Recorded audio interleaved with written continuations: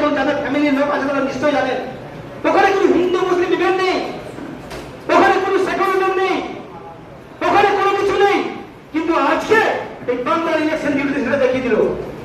Primary অগ্রসরী দলের যে duty সেটা নিশ্চয় জানে সিস্টেমের বাইরে কিছু নয়, কারণ সিস্টেম যেটা বেঁধে দিয়েছে তার বিরুদ্ধে কোনো রকম কথা আপনি বলতে পারবেন না, তার বিরুদ্ধে কিছু করতে হবে। ডিসিপ্লিনটা যথেষ্ট ওরা জানে, কারণ তাদেরকে ট্রেনিং এর মধ্যে শেখানো হয়, কারণ ইলেকশন ডিউটি আসার আগে তাদেরকে সেইভাবে পাঠানো হয়, সেইভাবে পাঠানো হয়। আপনারা জানেন 2021-এর ইলেকশনে শিবকুচিতে যে ঘটনা হয়েছিল এটা তীব্র প্রতিবাদ নিন্দা জানিয়েছিলাম, কারণ এটা কিসের জন্য হয়েছিল, কি কারণে হয়েছিল সেটা নিশ্চয়ই ইনকোয়ারি হওয়া উচিত।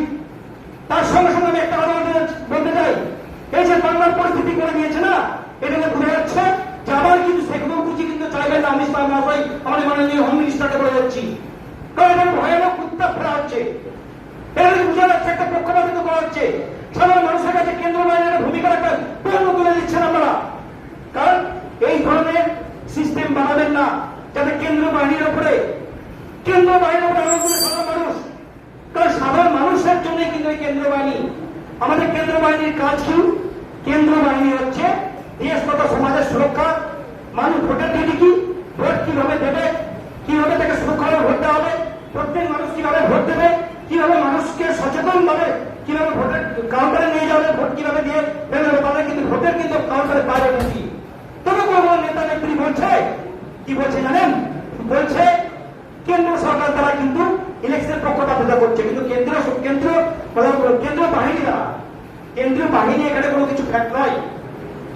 কেন্দ্রীয় বাহিনী তারা সচেতন জানে, তারা নির্দেশ মানে, তারা ডিসিপ্লিন মানে, তাদের উপরে কেন মানে অঙ্গীক দেওয়া হচ্ছে সেটা একটা বড় প্রশ্ন।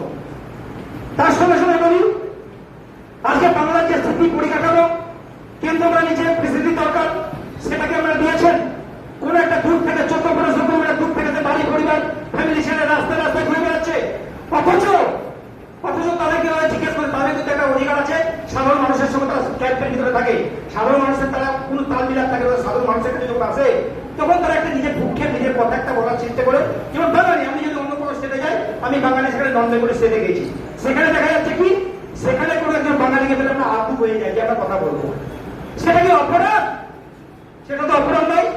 তাহলে কেন এরকম করা যায়? ইলেকশন কমিশনারকে আমি অনুরোধ করছি এবং ইলেকশন কমিশনের পক্ষপাতিত্ব ছেড়ে আজকে বাংলার প্রতি যে হচ্ছে, ইসলাম নিয়ে যে হচ্ছে, বাংলাকে যেভাবে কুলুষিত করছে, এর আমি তীব্র প্রতিবাদ করছি এই প্রেস কনফারেন্সের বিয়েতে। কারণ আজকে একটা ছোট্ট উদাহরণ আমাদের সামনে তুলে ধরছি। একজন রামপুরহাটের জওয়ান আর্মিতে 57 বছর চাকরি করার পরে তার ছেলেকে ডিলেট করে দেওয়া হয়েছে, তাকে ডিলেট করে দেওয়া হয়েছে। তার সঙ্গে সঙ্গে গত কয়েকদিন আগে একটা প্রেস কনফারেন্সে বলেছিলাম, গৌতম রায় তিনি সিএপিএফ এর 24 বছর চাকরি করে তাকে আজকে ডিলেট করে দেওয়া হয়েছে। সে 6 নম্বর ফর্ম নিয়ে যাচ্ছে, বলছে আপনার হয়ে যাবে, আমরা যথেষ্ট তথ্য আছে। কারণ কি সে এখন জন্মগ্রহণ করেছে হিসাব মতো করতে গেছে, নতুন ভোটার। তাহলে আমার একটা প্রশ্ন, আজকে যদি ভারতবর্ষের সরকার 2021-এ 2024-এ যদি সেই সরকার, ভারতবর্ষের বাংলা সরকার যদি সেই ভোটার নিয়ে যদি সরকার বেড়ে থাকে, এই ভোটার যদি মানে অবৈধ হয় এবং ডিলেট করা হয়, তাহলে সরকারকে ডিলেট করা দরকার, সরকারকেও কিন্তু অবৈধ সরকার হিসাবে ঘোষণা করা দরকার। সেটাকে ইলেকশন কমিশন করবে? সেই ব্যাপারে কোনো মুখ খুলছে না, নিজে আসছে, তালি বাজাচ্ছে, নেতাগিরি করছে। এটা কি ধরনের ইলেকশন? আজকে একজন সেনাবাহিনী এবং প্রাক্তন এক্স-সিএপিএফ এর ওয়েলফেয়ার অ্যাসোসিয়েশনে আজকে প্রাপ্ত হয়ে আজকে সেনাদের এবং আমাদের যারা প্রাইভেটি আছে, যারা আত্মসৈনিক, তাদের উপরে যেভাবে ফিল্ম দেখানো হচ্ছে, আমি প্রতিবাদ করে আজকে কিন্তু প্রেস কনফারেন্স করছি। আজকে বিভিন্ন জায়গায় গেলে একজন বিজেপি নেতা জগন্নাথ উনি ডাইরেক্ট বলছে আমরা চাকরি ফেলে দেবো। কেন? কোন অধিকারে? কারণ চাকরি যখন হয় না, প্রচুর মেহনত করে চাকরি হয় এবং মেহনত করার পরে চাকরি পায়, সার্ভিসে পাওয়ার পরে তাকে ট্রেনিং দেওয়া হয়, ট্রেনিং একটা সেন্ট্রাল গভর্নমেন্টের খরচা থাকে। এখানে কোনো সাধারণ মানুষের কথা, কোনো নেতা কোনো যে পকেট থেকে যায় না, তবে এই করার অধিকার আপনাদেরকে দিয়ে দিয়েছি। এটা একটা বিরাট প্রশ্ন।